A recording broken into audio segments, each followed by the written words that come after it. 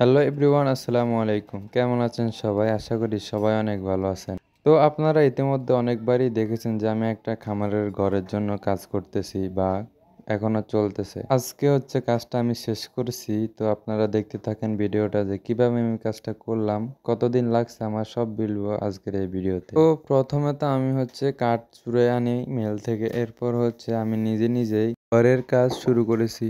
তো মূলত আমি ঘরটা হচ্ছে চারপাশ দিয়ে কাঠ এবং পালা দিয়ে হচ্ছে করব। উপরটা হচ্ছে আমি সুপারি গাছের যে চারাগুলো আছে ওগুলা দিয়ে করব, যাতে করে আমি পরবর্তীতে উপরে তেরপল দিতে পারি। তো যেই কথা সেই কাজ, তাই আমি আস্তে ধীরে করেছিলাম এই কাজটা, তাই আমার অনেক দিন লেগে গিয়েছে।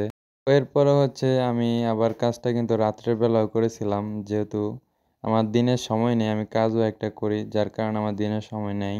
রাত্রে যখন আমি বাড়িতে আসি তখন কিন্তু এই কাজটা করতাম একটু একটু করে, যার কারণে আমার অনেক দিন সময় লেগে গেছিল। রাত্রেবেলা আমি টিন মেরেছিলাম পাশে, এরপর হচ্ছে মাঝখানে নেট মারছিলাম। এই কাজগুলো আমি রাত্রেবেলাই করেছিলাম। যেহেতু আমি মধ্যবিত্ত ফ্যামিলির সন্তান, তো যার কারণে কোনো লোক নিই নাই বা মিস্ত্রি নিই নাই, আমি নিজে নিজেই ঘরের কাজ সম্পূর্ণ করার চেষ্টা করেছি। আসলে যারা মধ্যবিত্ত তারাই জানে যে একটা কাজ শুরু করলে যে কতটা কষ্ট করতে হয় বা কতদিন সময় লাগতে পারে। কারো কাছ থেকে ধারও পাওয়া যায় না, যার কারণে নিজের টাকা দিয়েই করতে হয়। তো আমি এই ঘরের কাজটা শেষ করছি, এখন পর্যন্ত আমার অনেক টাকাই গেছে, কিন্তু আমি একটা টাকাও কারো কাছ থেকে ধার নিই নাই, সবগুলো আমার ইনকামের টাকা দিয়ে করছি।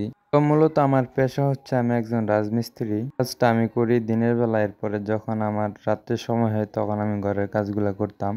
আর আমি জানি যে খামারের সফলতা অর্জন করতে হলে অবশ্যই অনেক পরিশ্রম করতে হবে, তা না হলে খামারের সফলতা অর্জন করা যাবে না। জন্যই আমি আগে পিছে না ভেবে আমি কষ্ট করে এই কাজগুলা করতেছি।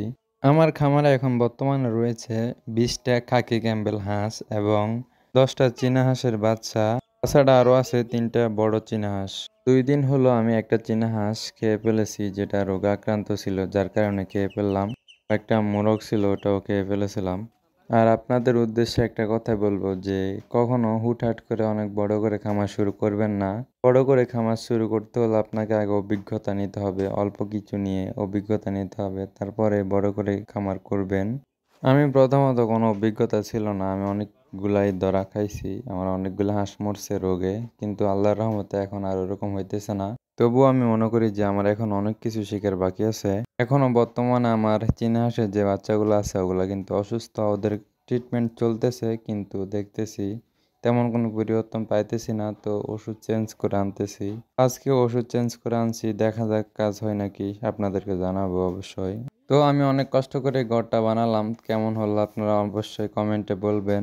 তো ভিডিওটি ভালো লাগলে অবশ্যই লাইক কমেন্ট শেয়ার করবেন। আর এই ঘরটা বানাতে আমার কত টাকা খরচ হলো সেটা অবশ্যই আগামী ভিডিওতে আপনাদেরকে জানাবো। তো সবাই ভালো থাকবেন, আল্লাহ হাফেজ।